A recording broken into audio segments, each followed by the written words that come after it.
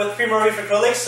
We are here with Mr. Vic. Just want to introduce him to our video channel. We are pretty much done with the 370-gallon aquarium build, so a little big monster. Took a long time. It's approximately 6 to 7 months of work. Again, the work never ends, never finishes, and we've come to a point where the tank is done. That's right. Cabinet stuff is 99.9% done, just final polishing left over, but other than that, it still looks really nice. I'll just talk with Mr. Vic and let's see what happened throughout the whole time. Well, right? it's been a long ride. Yeah. I think you've got some earlier videos of the other tank that we had in the other room. It was, as you can see, is a little bit crowded back there. The front of it was very nice, but the back was very difficult to work in. One of the reasons I wanted to, other than the fact that I moved to this tank, other than obviously it's a larger tank, was to make it a little bit more usable. Because in there, things were a little crowded. It was a little difficult to get underneath. Some of the challenges we had is cleaning the sides of the tank, keeping the salt that inevitably crawls out of the tank cleaned up. In the tank, there was a very, very basic tank. This is significantly different. And as a result, this is a lot more functional. And because of the maintenance involved in a tank of this size, you need to be able to make it functional. Otherwise, you will be maintaining this as a full-time job. Full-time job, exactly. But you know, it doesn't have to be. It doesn't have to be a full-time job. If you automate as much as you can and think about it and plan it, as we'll talk about over and over again, that's going to be our key word here. Coming down with the Neptune system, trying to automate that's part of it, certainly. Certainly. Planning is a big part of it, as you and I had talked earlier. If you plan it properly, it doesn't have to consume your entire day. It doesn't have to consume your life. You can get it on a schedule.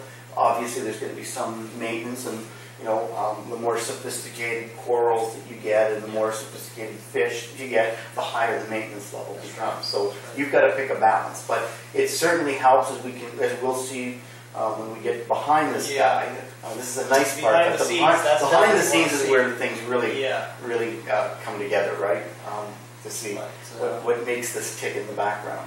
Yeah. So it's when I first met Vic, it was he said I want a tank. Roughly around the 3 to 400 gallons. We kind of guessed around a little bit, Total volume capacity right now is exactly 490 gallons right now, as we speak. Plus minus is a couple of here in the water levels and everything, but it took a long way. I don't know how many days we had at Tim Hortons, sitting down. We had a few of those days. And, like we said earlier, when you came up here, this was a wall. That was a storage room back there with all kinds of junk. I think it scared you when you first saw it. You know what? We came into this room and it was just a dead wall, and he's like, "I want to put the tank here." And I'm scratching my head, saying, "Okay, we'll make it happen." Never say no to a client. Always make it happen some way, somehow. Right. So that's exactly what happened, and. This is the final stage. I was really impressed. We tried a couple. We had a couple of different designs, both for the tank, the stand, and the final layout. But I had a pretty good idea of what I wanted it to look like, and really, this is what I wanted it to look like. Exactly. 6 months ago.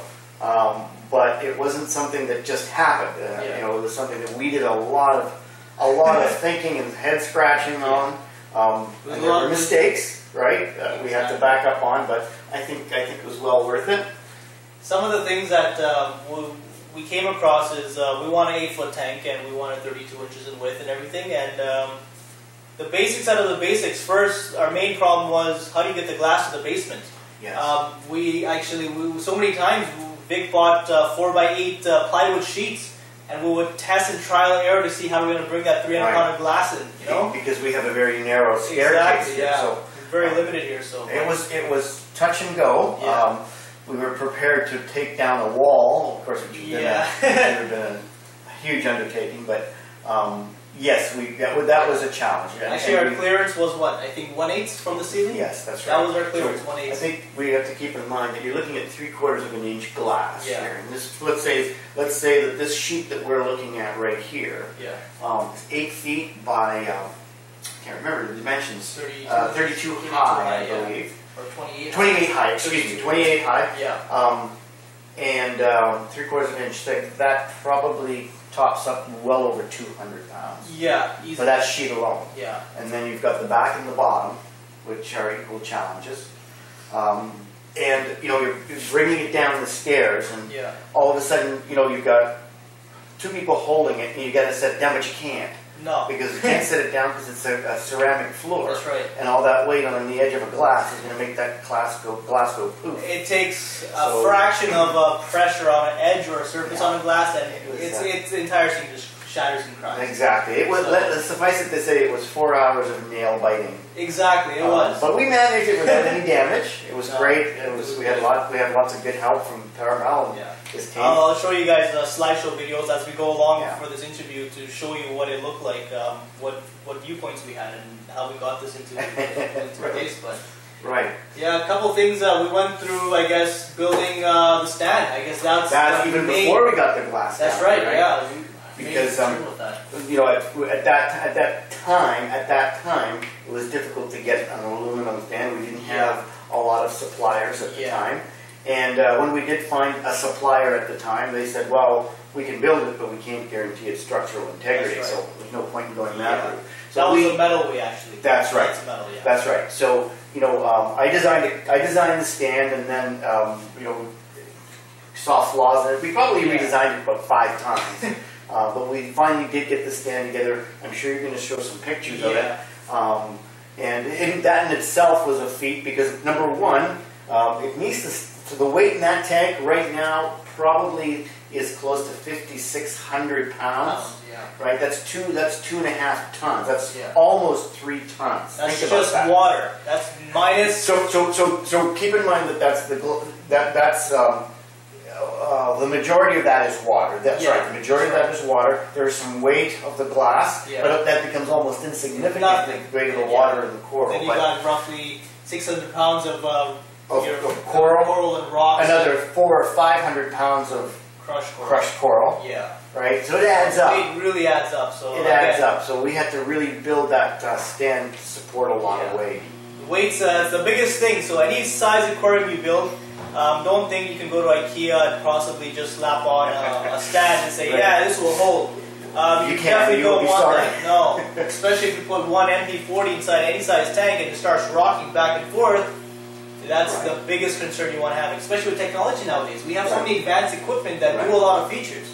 That's right. And if new hobbyists or somebody that's not, again, known to these equipment, they can really cause a serious disaster. That's right. So there are some pictures throughout this video on the website showing the structure of the stand. It's a serious stand. Yeah. Okay. So the engineers with that. That's right. But I'll show you guys pictures now. And again, you can't just go in there, hammer a 2x4 together and expect it to hold it up. It was engineered specifically in a specific way to hold up that type of weight. Yeah. Especially with a project this size, you have to get everything done on paper by a specified engineer or a structural engineer that knows what they're doing. Because at the end of the day, it's not something a do-it-yourself over a YouTube channel can teach you that. Don't do that. That's a big no. It's because you're going to spend a lot of money. There's no ifs, ands, or buts about it. And the last thing you want to do is for the foundation not to be strong enough to support it. Definitely not. That's the one thing you do not want to do. And this size tank, I mean, there's no way you can put upstairs in the second level. That's right. You possibly can, but you gotta make sure when the house is being constructed in the future or past, make sure that stuff is all sturdy. And so we're sitting in a basement, and it's probably 3 inches of poured concrete on here or more. It's not going anywhere. That's fine, and even then, with that amount of weight, I mean, this is the weight of almost 2 cars sitting here. We had to make sure that the weight was not on 1 or 2 or on 4 posts, because that's still a lot of pressure on 4 posts. So we built the stand in a way so that the weight becomes distributed over that whole area, rather than just on 4 posts. Yeah. So you'll have a look at that with the video. Exactly. So that's the first challenge that we had, the stand. Certainly bringing the glass down. Which is minor. And this amount of silicone that we used here, that was not an issue, but it was something that, you know, for the amount of silicone that we used, it took like forever to dry, so we had to wait for bits and pieces. We couldn't do the glass all at once. No. And it's just ridiculous to even think about doing that. It had to be done in stages. And now I can't remember, but I think it was probably done over the course of a month. Approximately, yeah. So it's Right? different stages, different different structures that you want That's right. silicone first, let it dry, let that stuff cure properly, and then you come back and you start doing the rest. That's right. So again, I mean, we had a little, Vic said, oh, I thought a tank was just, you know, you get the glass and you slap it on, but you really seen the true structure of how you build an aquarium, Right. and it's not especially one of this magnitude, right? Yeah. Here's an example. What you can't see underneath this now is that there is a brace that runs all on the inside, which, you know, to me kind of looks kind of ridiculous at first. Yeah. And then you start realizing the amounts of pressure there are on this glass. Yes. And you start appreciating what the purpose of these braces are That's and what right. they do. Yeah. Again, you can't see them, but there's a set of braces Yeah. at the bottom, and there's a set of braces beyond Yeah. here. Easier to see at the back, So, and those have a function. A tank like this, you wouldn't even dream of not putting in some kind of a brace in it. So those he's referring to the Euro bracing. That's right. So we have 4-inch Euro bracing wide in the front, full parameter inside bottom, with approximately 3 cross braces, and we have 5-inch braces on the top that are also 3/4 inch, with 3 6-inch cross braces, and those cross braces are for, you know, easy maintenance. You can lean on these cross braces and put full body pressure on it. It's not going to crack. Right. You know. Right. And keep in mind why that's important. What Primo just said is that you're up here. Yeah. If you want to access the tank, it's going to be, you need to be elevated. If you're Yeah. elevated, you need to lean That's on right. something. And chances are, you're going to be leaning on that tank. Okay. You'll see it from the back. I mean, think about this. I'm very short, probably exceptionally short. But even the tallest person would still need to get up and lean onto this That's tank. right. And the last thing you want to do is crack Yeah. a pane like this. You'll see the structure in the back. Yeah, exactly. So the tank was built, stand was done, and then sump, Rock City. The sump, that's right. That was another challenge. The sump, you know, to maintain a tank of this magnitude, of this volume of water, you need a large sump. That's all there is to it. Right. You know, I would say, I wouldn't, maybe a third is exaggerating, but close to a third of the water portion is in the sump. They call it a quarter. Call it a quarter, right? So we've got 120 gallon sump, so plus the 370, so roughly a quarter of that. That's almost too little. It is. It's almost too little. But you'll probably think we're crazy after you see the size of this thing. Yeah, it was 120 gallon sump. 120 gallon sump by itself. That's right. Exactly. So But, a big piece of equipment. Big piece of equipment, and it had to be designed. You know, we wanted to do it so that it. Keep in mind that it was serviceable, because the tank that I had last time, it had a sump, and a small sump, but it wasn't really serviceable. It was sitting out here. You couldn't get your face across it. It was very, very awkward. You know, your back is stretched, and after a while, you know, when maintenance is that difficult, you just say, you know what, you give up. You kind of give up, and you put it off, and you put it off, and eventually you stop doing it because it's just too big of a pain.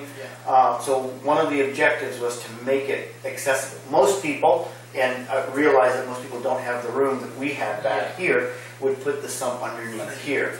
That in itself was an engineering challenge, but we'll get to that in a second. And that's great, that's wonderful. You know, as you start to get older, like me, and you start bending and crawling and contortion, it becomes harder and harder. So I made the conscious decision that the sump is not going to be under the tank here. And but putting the sump under here would have been.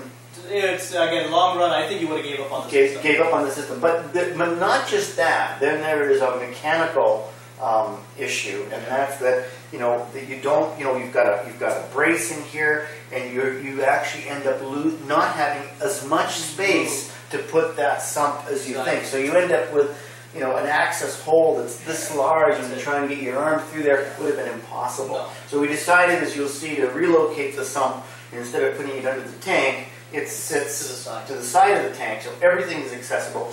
That made it a bit of a plumbing challenge, because we have a lot of plumbing back there, and I think when you see it, you're going to say, whoa, it's almost overwhelming. But it had to be done, because you need to move the water. You need to move the water, physically away from the tank, put it into the sump, and then bring it back. It's a lot of plumbing back there. It was a challenge, but as I said, it's still a much better approach than having the sump underneath here. And the challenge of accessing it would have been much greater. I think on a small scale of an aquarium, under 150 or then maybe under that, then you're fine, okay if you have a decent amount of room. But for a tank this size, right, I think any tank you have that's over 150, I would suggest, you know what, if you have a utility room like what you have, Vic. Yeah, of course, not everybody has it, right, or maybe your better significant other would not let you have a utility room to house all your It's a lot of space you take. It is, but a lot of space you take. On the long run, it definitely, I would say, improves. Walking into this room at the back, I have lots of room to work everywhere. That's right. You know, pick up a full skimmer, 6 feet high, raise it up, wherever you want. That's right. Instead of, like I said, there is something to be said for not having to work on your knees, yes. You know, through an access hole that you can barely fit your arm in. You know, your sleeve's going to get wet, or you drop something and you can't find the sump. It's a real problem, right? So you'll see back there, everything is away from that. There's still stuff underneath here, but the stuff that's underneath here is stuff that's low, really low maintenance. Maybe we can get into that right now. For example, sure. I don't know. I haven't got my handles on yet. That's the 0.9% that's not done yet. Paramount. There you go. Let's got the first cabinet. So right. So you can see there's a container of a salt bucket in there. That salt bucket is actually a one of 3 dosing containers. That particular one happens to be magnesium. So what I do is I keep the reservoirs from my dosing here. The magnesium, alkalinity, and calcium are kept underneath there. So you know, in theory, that's what you have to fill up. You know, but I take it a step further because again, it's still a bit of a pain to get in and out of there. So what I've done is so that you don't actually even have to access there. Maybe once every 6 months to go in there and clean the pump that's in that. But what I've done is I've actually run hoses to the back. So it's just a matter of connecting a similar bucket, turning on a valve, and it'll actually dump right in there. So I never have to crawl underneath there, save maybe once or twice a year to actually do full cleaning maintenance on a pump that's submerged. And it's not a critical pump. Yes, it's important, but it's not critical. So if it happens to fail and I have to get it tomorrow, you know, shutting off the magnesium dosing isn't going to wreck the fish's health. You know, for a day. So we have 3 buckets in the front. You can open that one. There's the alkalinity. So we got alkalinity, magnesium. Turn on right there. Magnesium, and the third one here is a calcium one. Calcium. So those are the 3 things that I dose. Now, as you see in the back, there's also a stand because, again, we talked about this. To get into this tank, I can't do it, as you can see. So you'll see I put a stand back there that you can climb onto, and you're now standing on a platform about yay high, and you're actually looking down to the tank. And for me, short little guys like me, that's a lot easier. So, underneath that stand are 3 more elements, which is the freshwater, the ATO, automatic freshwater top off. But this system here also has a saltwater top off and the calc top off as well. And then the computer between those 3, maintains the correct salt level and fresh water. It actually measures the conductivity and it will adjust the salt levels and maintain it. You know, measures the temperatures, compensates for the temperature fluctuations. So there's 3 containers at the back. Again, same deal. You know, you don't have to bend in and pull these things out because they are large. They are literally the green 20-gallon garbage buckets, as you'll see. See, I won't be able to move them when they're full. No, you can't move them. And then you got 5-gallon buckets for... These are 5-gallon buckets. So these are the dosing ones are 5. Even they're really heavy when they're full. But I just the old salt containers, as most people saw, with modified tops. And then the back, they're just green, what I call the green garbage buckets, right? That you put outside. I bought them specific. They're cheap. I bought them specifically. They work great. They're Rubbermaid, so they're going to be there forever. You know, a couple of modifications to them too. And one of them, the fresh water automatically tops off from the RO system, and then tops off the sump as needed. So the only 2 things back there that you really need to add are salt when that goes down and calc when that goes down. And that's a fair volume. There's 20 gallons of each. So it's not something you would be doing once a week. It's something you'd probably be doing maybe once or twice a month. With the scale of this magnitude that we have here, how often do you run across these supplements, calcium, alkalinity, and mag, right? Yeah. So that depends very much on how much you dose. Keep in mind that it's dosing 24 hours a day, 7 days a week. Yeah. So, you know, at the rate that I dose in this tank, maybe every 3 weeks I have to fill them up. 5 gallons, so roughly 3 weeks. Every 3 weeks. No more than 3 weeks. Yeah. Right? Some chemicals more than others. Alkalinity, for example, tends to be a little bit more because we use a little bit more sodium bicarbonate. Yeah. But I would say once every 3 weeks. Once every 3 weeks, okay. You know, on the average. The calc depends very much when you keep your pH, because I use the calc to actually maintain my pH levels. Obviously, the higher the pH you try to maintain, the more calc you're going to go through. Yeah. What my recommendation there would be is to find what the tank's normal pH levels are without actually dosing it first. Find out where the tops and bottoms are, and it'll fluctuate from day to night, constant. And then, you know, if you think that that's okay, then, you know, you maybe just add a little bit of calc every once in a while for supplementing calcium. If you wanted to raise the pH, it's possible, you know, to maybe add a little bit more calc in the ATO top off to raise it a little bit. You've got to be careful with calc. It's extremely alkaline. Yeah, it is. So you can, you know, if you make a mistake, you could crash your entire system. and more than crash, you will kill the livestock, because it, you know, it's pH of calc is, I believe, 12, which is the highest end of the scale. Yeah, that's a big no-no. That's a big no-no, and it will break. Let me give you an example. When my pH pump runs, now there is, we said that there's 400, roughly, 490 gallons. Let's call it 450, just to be on the safe side. When my calc pump runs, I can still raise this water by 0.02 the pH every time that it runs. So every time it doses that increment. Right. Now I'm dosing heavily. Yeah. Like I'm putting in, as you'll see, I'm putting in heavily. Yeah. But the pump will run for, let's say, 30 seconds. And it's not dripping at that point. When it's shooting water out, you'll see. So, and it'll run for 30 seconds at the most. 30 seconds at the most. And that'll raise the entire system 0.02 pH. So calc is something it's not don't fool around with it. Yeah, don't fool around. Not a beginner should definitely use that. Always caution on the conservative. Always err on the conservative side. That's right. That's right. So dosing, we have the dosings and the auto top off, and this is, we're gonna get to the main heart of the system afterwards. But so we have the dosing systems, the salt water, and everything else. At control. Plumbing and equipment. What else? We have skimmers. So the skimmers, of course. The skimmers. There's also reactors that we've got back there. We'll check them out. There's 3 reactors going on back there.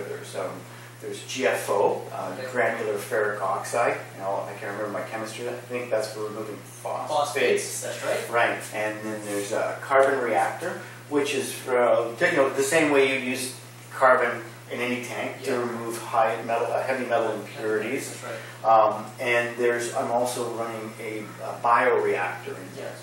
And that I believe is for removing Oh, I got this wrong, but I can't remember which is which. One removes it's biopellets. That's what it is. So biopellets.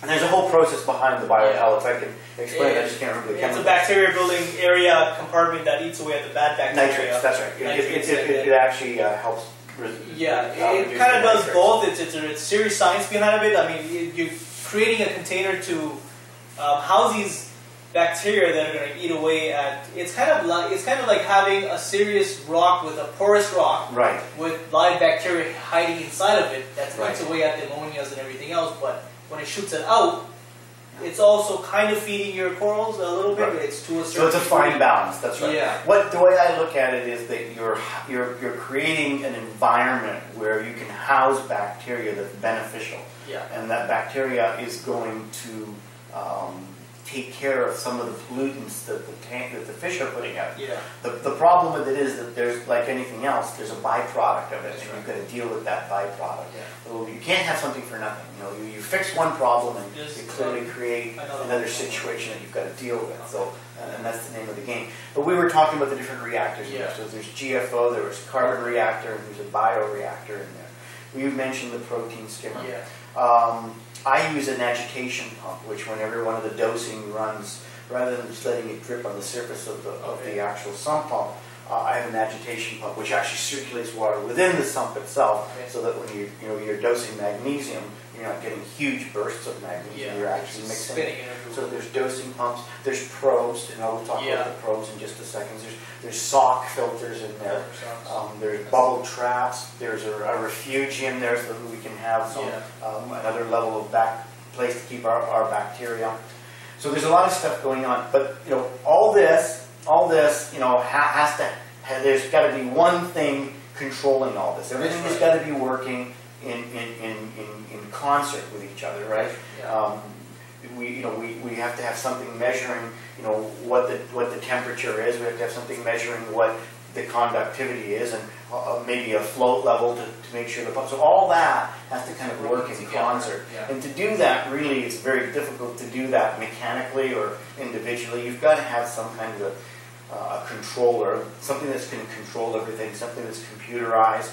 I run like you mentioned earlier, I use the Apex, the Neptune Apex controller.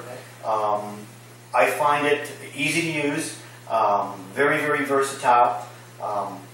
I know that there are others on the market. I just happen to pick that one because I like some of those stuff, the way they do things.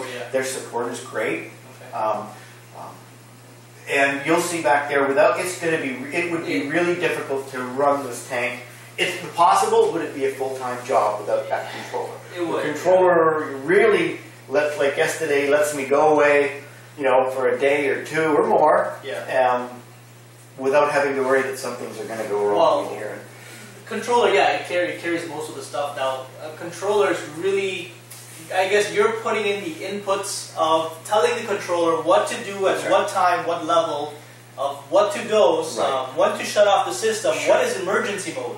Now, what are some of the problems you came across with the Apex system? Well, we discussed this a little bit, but...